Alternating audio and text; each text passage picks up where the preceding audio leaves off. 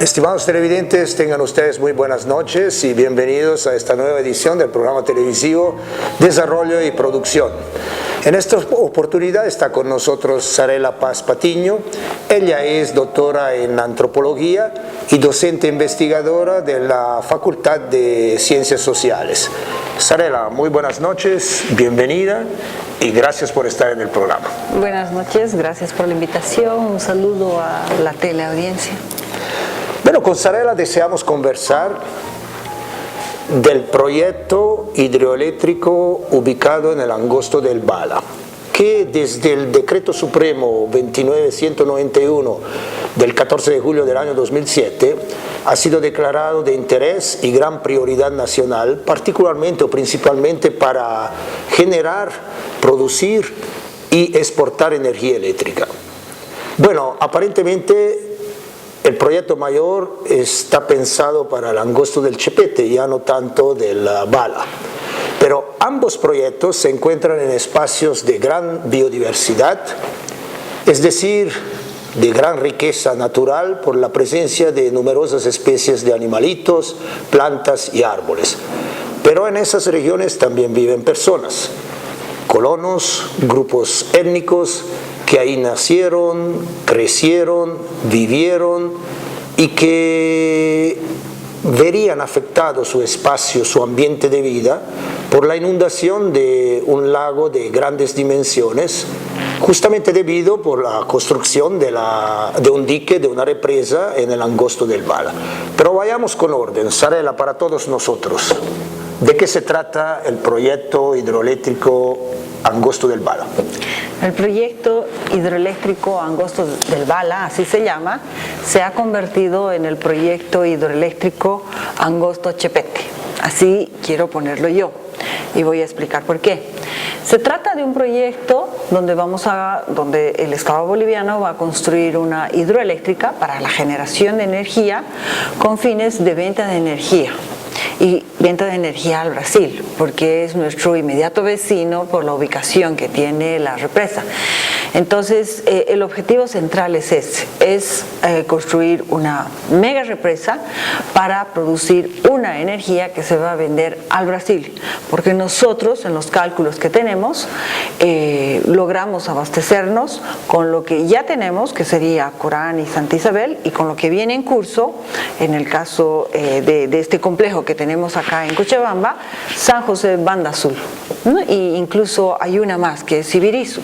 Entonces, todas ellas van a generar una energía que es la que el país necesita. En cambio, el proyecto Chepete es un proyecto básicamente para la venta de energía a el inmediato vecino que es el Brasil. En concreto, de eso estamos hablando. Muy bien. ¿Y dónde están ubicados esos proyectos?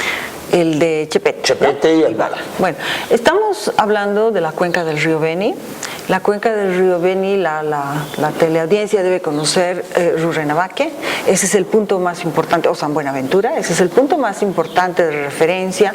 Cuando nosotros vamos hacia el Beni de La Paz, vamos por los Yungas, llegamos a Caranavi. De Caranavi nos dirigimos rumbo a Yucumo, que es un poblado muy cercano a San Borja. Es por donde se hizo la carretera pues para llegar a Rurrenabaque en los años 70. Entonces es esta la región, ¿no? Que área de influencia del río Beni. Entonces el Chepete es un angosto que corresponde a la cuenca del río Beni. ¿Cuál es la característica? La característica es que hay en el subandino, en los subandinos de bosques tropicales que tenemos, de hecho el Chapare es un subandino de cuencas tropicales, o de bosques tropicales, perdón. Corán y Santa Isabel, San José, Banda Azul y Birisu pertenecen a estas cuencas de bosques tropicales de subandino, que son caídas. Entonces, estamos hablando de una formación geográfica similar, pero en este caso el río Beni es un río que tiene sus características propias, trae más agua y más sedimentos de toda nuestra cuenca amazónica. Tiene esas dos características que van a ser importantes más adelante. Entonces, estamos hablando de unos angostos que vienen como efecto de cascada.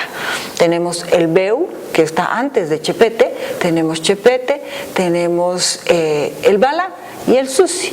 Quienes conocen Rurrenabaque van a identificar que saliendo aguas arriba de Rurrenabaque tenemos un estrecho, tenemos un angosto. Ese es el Susi, es el último.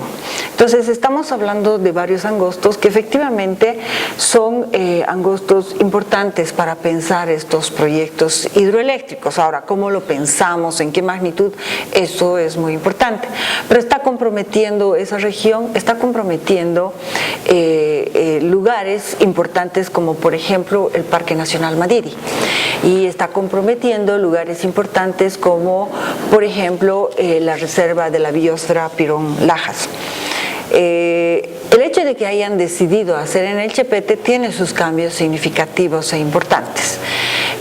Está comprometiendo a poblaciones indígenas como por ejemplo los Tacana, que están sobre todo en el Madidi, en el Pilón Laja son chimanes y mocetenes. Más arriba, aguas más arriba, compromete 2 TCOs de mocetenes y está comprometiendo a poblaciones de colonizadores, lo que hoy día llamamos interculturales, que son productores de café, productores de frutas. Está involucrando, digamos, el área de influencia de este proyecto está implicando un impacto sobre ese conjunto heterogéneo de población. El proyecto del Bala como tal, Sarela, no es novedoso, no es nuevo. Yo creo que hace tiempo ya se estaba hablando de ese proyecto y por alguna razón fue descartado como tal. Sí, es un proyecto que lo imaginaron post-revolución del 52. Sí, el Estado boliviano después del 52 tenía varios planes. Uno de los planes que tenía el Estado en términos generales era crecer, proyectarse en términos de desarrollo y modernidad. Para esos años yo me imagino que en el siglo XX, sobre todo en la primera mitad del siglo XX, la construcción de hidroeléctricas eran obras óptimas, ¿no? Porque se maduró la idea de que esta es una energía limpia. Eso tiene un pasado, hoy día las discusiones van por otro lado, pero en general estamos hablando de un proyecto que lo imaginaron en esos años y imaginaron un proyecto inmenso. Era un proyecto que iba a tener un área de embalse de más de 300.000 hectáreas, con una inundación impresionante y consideraron que el Bala, porque este es un estrecho antes de llegar a Rurrenabaque, consideraron que el Bala era el mejor lugar geográfico para construir. Entonces, el Estado ha alimentado, en las distintas tendencias de gobierno, ha alimentado esta idea y ha hecho, digamos, cambios. Entonces, lo que podemos decir ahora, en el último tiempo, es que el gobierno de Evo Morales, como tú lo has dicho, en el 2007 ya lo define como un proyecto estratégico. Pero es muy importante para la teleaudiencia considerar en qué marcos cae ese proyecto estratégico. Como digo, es de los años 50 y los contextos en los que caen estos planes son importantes analizar.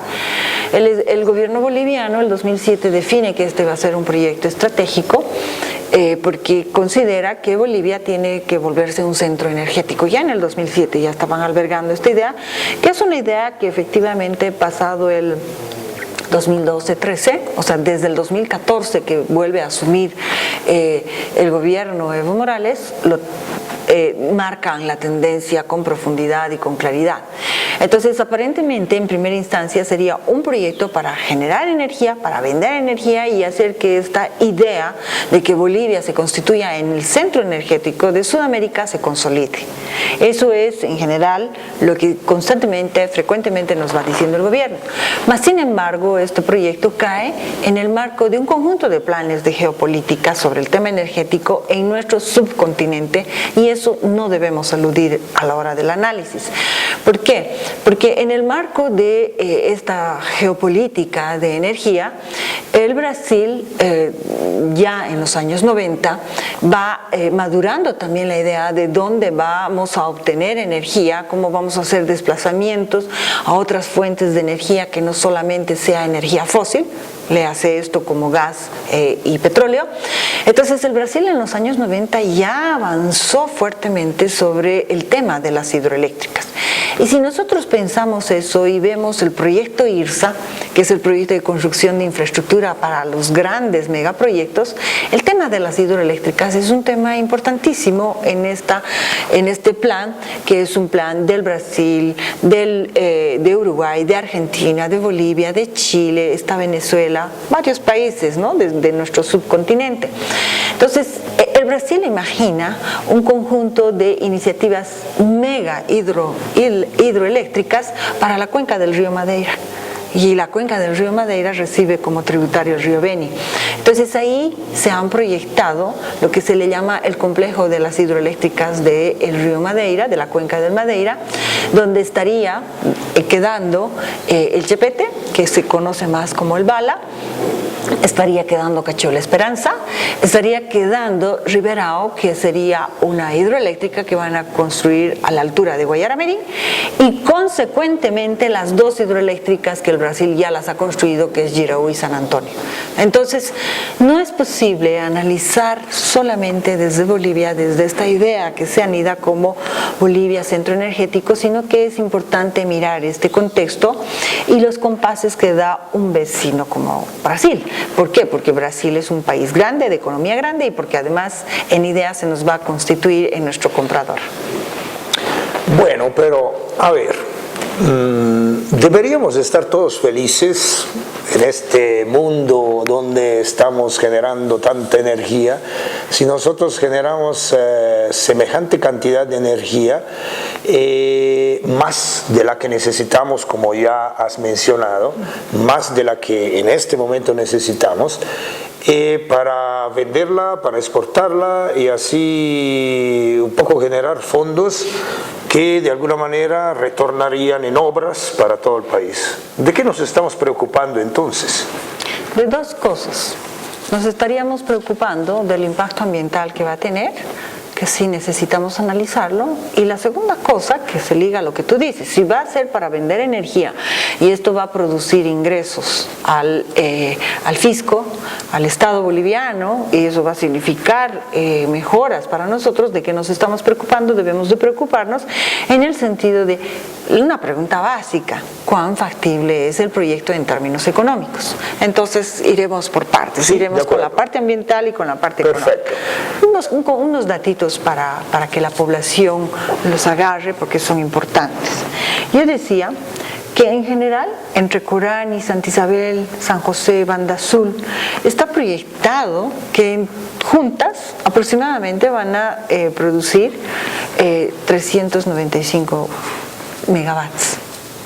Entonces, está proyectado que en 20 años el país va a tener demanda, y que esta cantidad de megawatts que se producen en estas hidroeléctricas que están en Cochabamba, en el departamento de Cochabamba, en la cuenca que va hacia el Chapare, básicamente va a abastecer en términos internos, ¿no?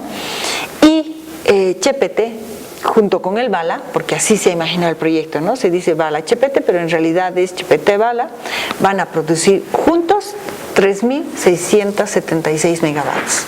Van a tener una capacidad, mejor dicho, instalada de 3.676 megawatts. Estoy tomando los datos de la ficha ambiental. Entonces, claro, si nosotros hacemos una comparación, es pues una mega represa. Ahora, podrán decir, no es mega represa porque hay más grandes, cierto.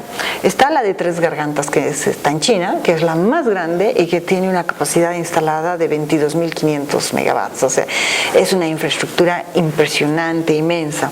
Está Itaipú, que está justamente en la frontera Paraguay, Brasil, Argentina, y que produce, tiene una capacidad instalada de 14.000 megawatts. Eso ya está en marcha hace más de 15, 20 años. Y está Belomonte, que es esta hidroeléctrica que ha desatado enormes problemas porque se ha construido sobre el río Xingu en el Brasil. El río Xingu es tributario del Amazonas y ha tenido grandes problemas porque es una de las regiones de mayor asentamiento de poblaciones indígenas en el Brasil. Entonces, Belo Monte se constituye la tercera en términos mundiales en su producción. Tiene una capacidad instalada de 11.000 megawatts. Qué interesante, ¿no? De las 3 más grandes del mundo, 2 están en Sudamérica. Entonces, es con este contexto, digamos, que tenemos que ver. Efectivamente, ante ese contexto, aparentemente, Chepete Bala no sería tan grande, pero es grande en términos de lo que nosotros tenemos como capacidad instalada, lo que se va a producir y en términos de las demandas, ¿no? Ahora, yo decía al principio, vamos a hablar sobre todo de Chepete y no tanto el Bala. ¿Por qué? Porque el proyecto, que como sabemos es antiguo, ha sufrido modificaciones. El 2007 el gobierno estableció que el principal punto de producción o de capacidad instalada para producir energía hidroeléctrica iba a estar en el Bala. Por tanto, la presa se iba a construir en el Bala. Y la verdad es que esto iba a significar un nivel de inundación demasiado grande. Explico por qué. Nosotros estamos dejando el subandino, que son, digamos, todas las últimas estribaciones de la cordillera oriental de los Andes, y estamos entrando a la región de Piedemonte, de bosque alto, pero Piedemonte. Entonces, en esta otra formación, el nivel de declive no es muy alto. Entonces, si nosotros construimos en ese tipo de ecorregiones, el grado de inundación se nos magnifica. Entonces, si esto hubiera sido llevado adelante, el gran impacto hubiera sido para el Parque Madidi y para la reserva de la biosfera Pilón Lajas. Han hecho el cambio. Ahora la gran infraestructura se traslada a Chepete. Chepete va a producir de las 3.676, que se conoce como el proyecto Bala Chepete. Chepete en realidad va a producir 3.300, va a tener una capacidad instalada de 3.300 megawatts y el Bala queda con 376 y se la nomina en la ficha ambiental como una presa de paso, que quiere decir que no va a haber una gran construcción de dique, que se van a instalar turbinas y se va, digamos, como a aprovechar, pero eso va a venir 15, 20 años después. Entonces, para el análisis nos tenemos por eso que concentrar en Chepete. Como decía, Chepete ya es un angosto que está más arriba y por tanto el impacto que va a tener sobre estas dos áreas protegidas, y digamos que el Madidi es un parque nacional, pero la reserva de la biosfera tiene doble condición. No solamente es reserva de la biosfera, sino también es un territorio comunitario de origen, una TCO de mocetenes y de chimanes. Entonces ahí, digamos, la población indígena estaría, digamos, impactada. En el caso de la presa del Chepete, el impacto no va a ser tan grande como hubiera sido si es que construía en el Bala, pero sí va a haber un impacto. Por sus características, porque la han subido más hacia el subandino, quiere decir que el área de inundación no va a ser tan grande. Quiere decir, según la ficha ambiental, que el área de inundación va a constituirse en 67.998 hectáreas. En los cálculos que hace la Fundación Solón, se va a constituir en el segundo lago más grande de Bolivia, ¿no? Estaría el Titicaca y le va a continuar porque el área de embalse se va a terminar siendo como un lago. Entonces, esta obra va a afectar a toda la región del subandino y por eso el principal impacto ahora ya no se calcula para el Parque Nacional Madidi y para la Reserva de la Biosfera Territorio Indígena Pilón Lajas, sino más bien para las dos TCOs mocetenes que están arriba y toda la población de colonizadores que se ubica en la región de Inicua, Puerto Linares, que es básicamente lo que está yendo hacia el río Beni. Entonces, los impactos ambientales se constituyen en tanto esta área de embalse, que va a ser grande, y el impacto ambiental está en que esta área de embalse, que va a afectar áreas de bosque de subandino, van a ser desboscados. Uno diría, pero ¿Por qué tienen que ser desboscados? Porque si no los desboscan, el efecto es peor. O sea, de hecho ya va a impactar una cantidad significativa de áreas de bosque, pero los tienen que sacar, porque si no los sacan, el área de embalse va a inundar y va a terminar pudriendo esa vegetación, y cuando se pudre la vegetación, emite gas metano, que se constituye uno de los gases más de mayor contribución al efecto invernadero, que hoy día se conoce como cambio climático. Ese es uno de los impactos grandes, fuertes. Y esto va a significar también un impacto para las 2 TCOs de Mosetenes y para la región esta de colonizadores interculturales que están orillando el río Beni y que tienen iniciativas agrícolas. Entonces, miren, en el proyecto está así. En el área colindante propiamente dicha se afectan, en la ficha ambiental, se afectan 1.535 personas. Y en el área de embalse de influencia se afectan 2.314 personas. En total tenemos 3.849 personas. Eso es lo que está calculado. Entonces, ¿qué son? 2 áreas, 2 TCOs mosetenes y sindicatos agrarios.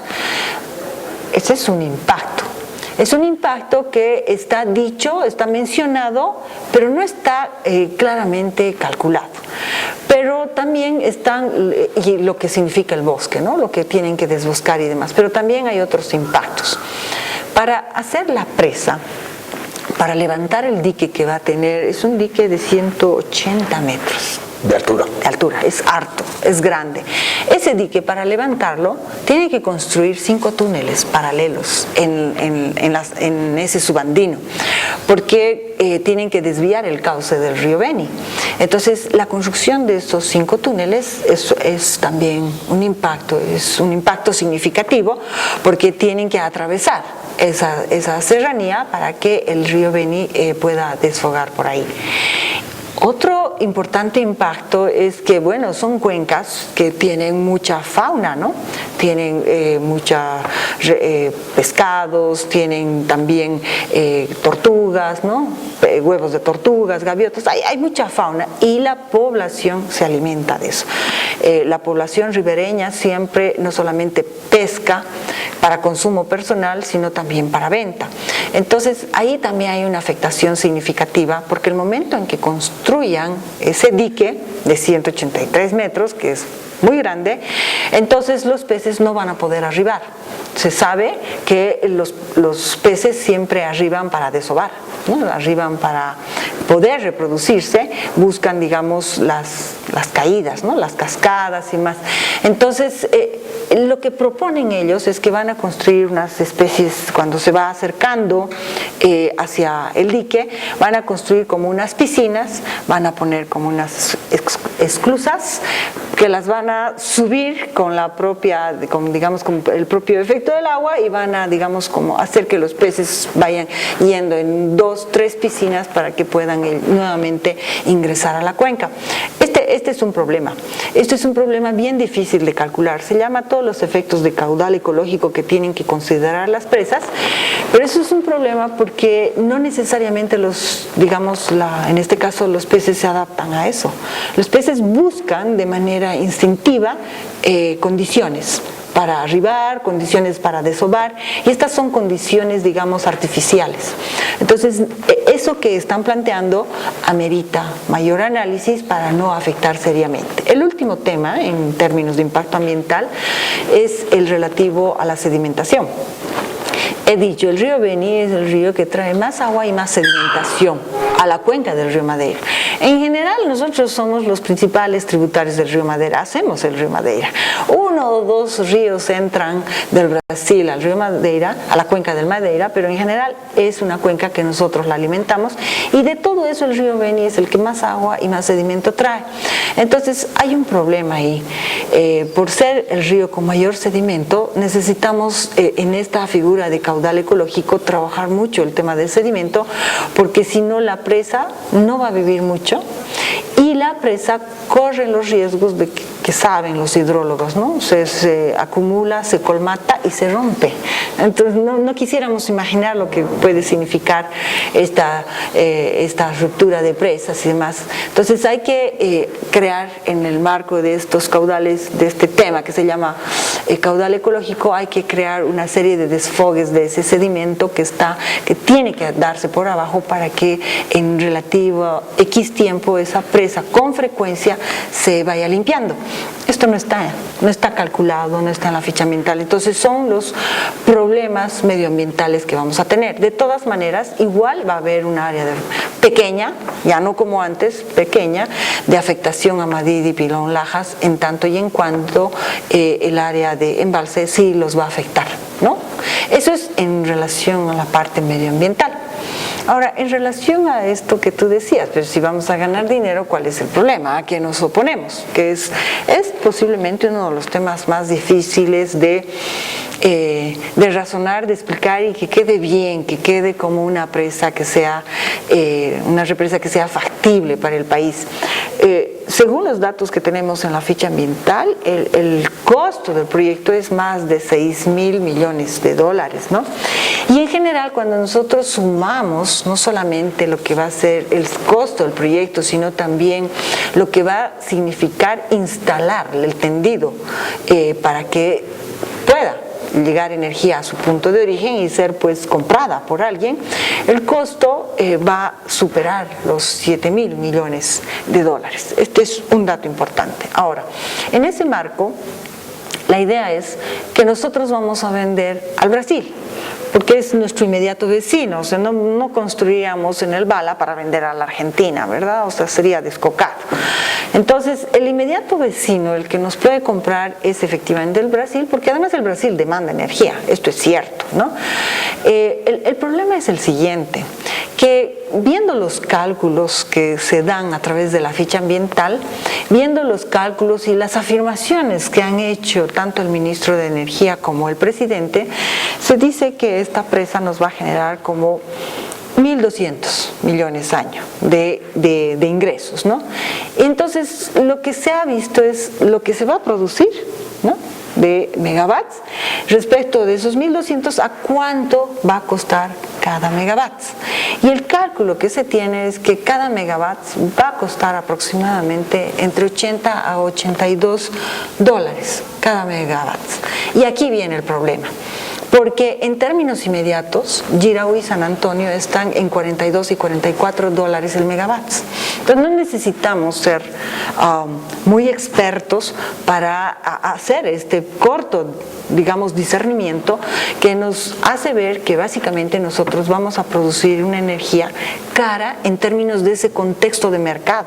Porque estamos hablando de que Bolivia se va a constituir en el centro energético, que vamos a vender energía, pero eso es mercado. Tenemos que manejar las variables de mercado. No es que nosotros queremos y decimos va a costar 82 dólares el megawatt y entonces Brasil cómprenos. Brasil en esa negociación va a venir y va a decir Jirau y San Antonio nos producen 42, 44 con la capacidad instalada que tienen. Entonces ustedes más bien tienen que acercarse. O sea, el Brasil tiene cómo condicionar esa venta. Hace 2 días el representante del Brasil ha llegado a Bolivia y ha dicho que sí, que ellos están interesados en comprar la energía de este proyecto Chepete, que lo van a hacer, pero que necesitan de acuerdos, ¿no?, internacionales, de tratados con el Estado boliviano. Lo que quiere decir que la variable no es solo mercado, lo que quiere decir que hay un contexto de acuerdos y tratados entre estados donde se enmarca también los precios y que básicamente tenemos que avanzar en términos de protocolo, o sea, de objetivar esta venta, aclarar esta venta para saber efectivamente si ese proyecto va a ser rentable. Y eso no hay. O sea, las negociaciones con el Brasil son negociaciones. El Brasil lo único que ha hecho es manifestar su interés de comprar, pero no hemos avanzado en términos de estos protocolos que dirían que Brasil nos va a comprar y que nos va a comprar a tanto, que los costos de producción nuestros son estos y el Brasil va a traer sus precios de mercado y que hay toda una negociación que desarrollar que está más allá de solamente el planteamiento, la construcción. Y eso tiene que ver con la factibilidad de este proyecto. Pero así como están los datos, nosotros produciendo cada megawatt a $82 y el costo del local está en 42, 44 por Jirauí y San Antonio, básicamente eso nos hace ver que esa idea de que va a generar ingresos para el país es una idea que en realidad no tiene mucho asidero, porque los datos nos están llevando a ver que en realidad los costos de producción van a ser altos, que no van a ser pagados y por tanto que vamos a acumular deuda, porque justamente como los costos de producción son más altos y de alguna manera se va a tener que negociar ese precio en el mercado regional, que va a ser más bajo, por lógica, si Jirauí y San Antonio están ofreciendo menor precio, entonces vamos a tener que vender una energía a menor costo de los costos de producción. Entonces la pregunta que tenemos que hacernos, que le digo al televidente que tenemos que hacernos es, entonces si nos van a comprar, así como están los datos, con un costo que es menor al costo de producción, primero, no va a ser fácil devolver esos más de 7.000 millones de dólares porque es préstamo. Y segundo, ¿en qué momento vamos a ganar? He chequeado un poquito los datos de Itaipú, porque Itaipú tiene problemas similares entre Paraguay y Brasil, a favor del Brasil en desmedro del Paraguay. O sea, al Paraguay el Brasil le impone el precio de cada megawatt. Entonces, básicamente, viendo esto, el Paraguay está subvencionando la energía al Brasil, porque se ve obligada por las condiciones de mercado y por las condiciones de trato a vender su energía a un precio menor de lo que le cuesta producir. Entonces, Itaipú, además, ya que son 20 años que ha sido construida, que está funcionando, sigue arrastrando su deuda. Entonces la pregunta es, ¿en qué momento vamos a ganar? Si la situación regional nos está mostrando que en 20 años Itaipú, el Paraguay, no logra pagar esta deuda. O sea, primero tenemos que pagar la deuda para después hablar de qué estamos ganando, ¿no? Entonces este es uno de los principales problemas que tiene el proyecto. Sarela, lamentablemente el tiempo, nosotros no podemos construir el dique y embalsarlo, a diferencia del agua. Entonces el programa hasta aquí llega. Mientras tanto hemos obtenido mucha información que nos ayuda a analizar el tema desde varias perspectivas, principalmente la cuestión medioambiental y la cuestión de factibilidad, la cuestión económica. Dentro del medio ambiente no estamos calculando que con el cambio climático y el calentamiento global que realmente está muy presente en nuestro país, ¿hasta cuándo vamos a tener mucha agua? Porque esa agua no viene por obra del Espíritu Santo, ¿no? Es el deshielo, etcétera, etcétera. Y si los glaciares cada vez menos tienen la capacidad de reproducirse, sí, también es un problema que hay que analizar. Porque estos proyectos, de alguna manera, tienen un ciclo de vida y empiezan a rendir, económicamente hablando, no inmediatamente, sino con el tiempo. Sí. Incluso la construcción, los tiempos está calculado que más o menos entre 8 y 10 años. Por eso. Y después empiezan a rendir. Bueno, son temas que hay que analizar. Y después de rendir, es muy importante lo que dices, porque si está calculado en ese tiempo, entonces empiezan a rendir después de los 8 o 10 años, hay que calcular si después de esos 8 o 10 años vamos a tener esos mismos caudales. O sea, sí es un tema que cuando se pensó las hidroeléctricas no estaba presente, porque básicamente este tema de las hidroeléctricas viene del siglo XIX, ¿no? El siglo XX ha sido los grandes emprendimientos, las grandes obras, porque bueno, toda la tecnología desarrollada por el hombre permitió encarar estos Pero en proyectos. el mundo las están abandonando. Y ahora las están abandonando. Una de las razones, la primera razón es porque han dejado de ser fuentes de energía limpia. Porque en inicio se consideró que son energías renovables y limpias. ¿Por qué? Porque bueno, el agua siempre va a haber, y segundo, limpias porque básicamente no estarían produciendo ni quemando tantos gases. Pero este efecto que tenemos, por lo menos en bosques tropicales, que las áreas de embalse se nos vuelven grandes y muere mucha vegetación, se constituye en un problema.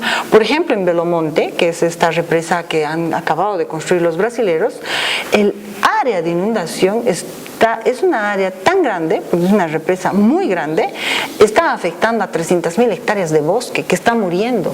Entonces esto se nos convierte en un problema. Por eso es que han dejado de ser energías limpias y ahora con los efectos de cambio climático está lo que tú dices. El caudal de agua ya no va a ser igual. Entonces, ¿en qué sentido tiene construir semejantes obras, porque son mega obras, cuando los caudales de agua se van a comportar de una manera muchísimo menos, como diríamos, calculable?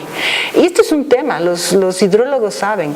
Si hay una de las variables que la que menos la pueden agarrar los hidrólogos, esto es del caudal, de la sedimentación, ellos hacen sus cálculos, todo, pero siempre dicen que es la variable que más se parece a las variables de ciencia social, o sea, que no son medibles así matemáticamente, porque se comportan tienen un comportamiento poco calculable.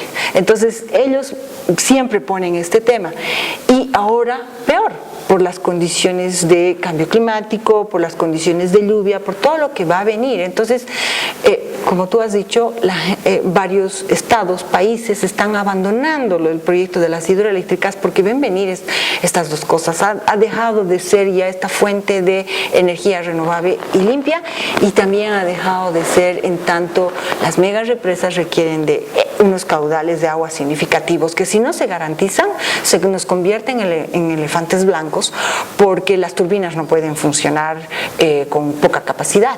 Entonces, Itaipú, por ejemplo, tiene a 20 años de haberse instalado, no llega al 75% de su instalación porque hay momentos en que tienen que cerrar con puertas turbinas porque todo eso tiene un costo. Entonces tienen que habilitar solo algunas según el caudal de agua y es altamente probable que eso vaya pasando. Y por tanto, para cerrar, el alegato central con todo lo que se ha expuesto es ¿para qué hacer unas hidroeléctricas tan grandes? Cuando podríamos aprovechar el efecto cascada. Efectivamente el río Beni, la cuenca del río Beni se da, pero ya hemos dicho, está el Beu, el Chepete, el Bala, y eso sí son 4 angostos que tenemos ahí. Entonces podríamos imaginar efectivamente la construcción de una infraestructura que implique que cada una vaya produciendo 200, mira las cifras que te he dado. San José ahorita ya está en construcción, va a ser mucho más grande que Corán y Santa Isabel, con la cual este país se ha estado abasteciendo durante todo el siglo XX y parte del siglo XXI. San José va a ser mucho más grande, pero va a tener una capacidad instalada de 120 megawatts. Entonces, ¿para qué imaginar unos proyectos tan gigantescos cuando tenemos 4 caídas, 4 angostos que pueden producirnos 120, 150, 200 como capacidad instalada de megawatts y no impactar como estarían impactando, y por tanto la relación entre caudal, turbinas instaladas sería una relación más lógica para las condiciones medioambientales que estamos viviendo hoy en día. Sarela, muchísimas gracias. De todas maneras, estimados televidentes, no hemos agotado el tema. Vamos a tener un segundo programa porque hay muchos aspectos que se tienen que tomar en cuenta para analizar bien las cosas. Aquí no se trata de ponerse en contra, de ponerse en favor, porque pareciera que nuestra vida social y política siempre es de confrontación. No se trata de eso. Hay que pensar en lo que estamos haciendo para hacerlo bien o hacerlo mejor. Así que, estimados televidentes, esperamos que este programa haya sido de su agrado. Volvemos a retomar el tema. Hasta una próxima oportunidad. Muy buenas noches.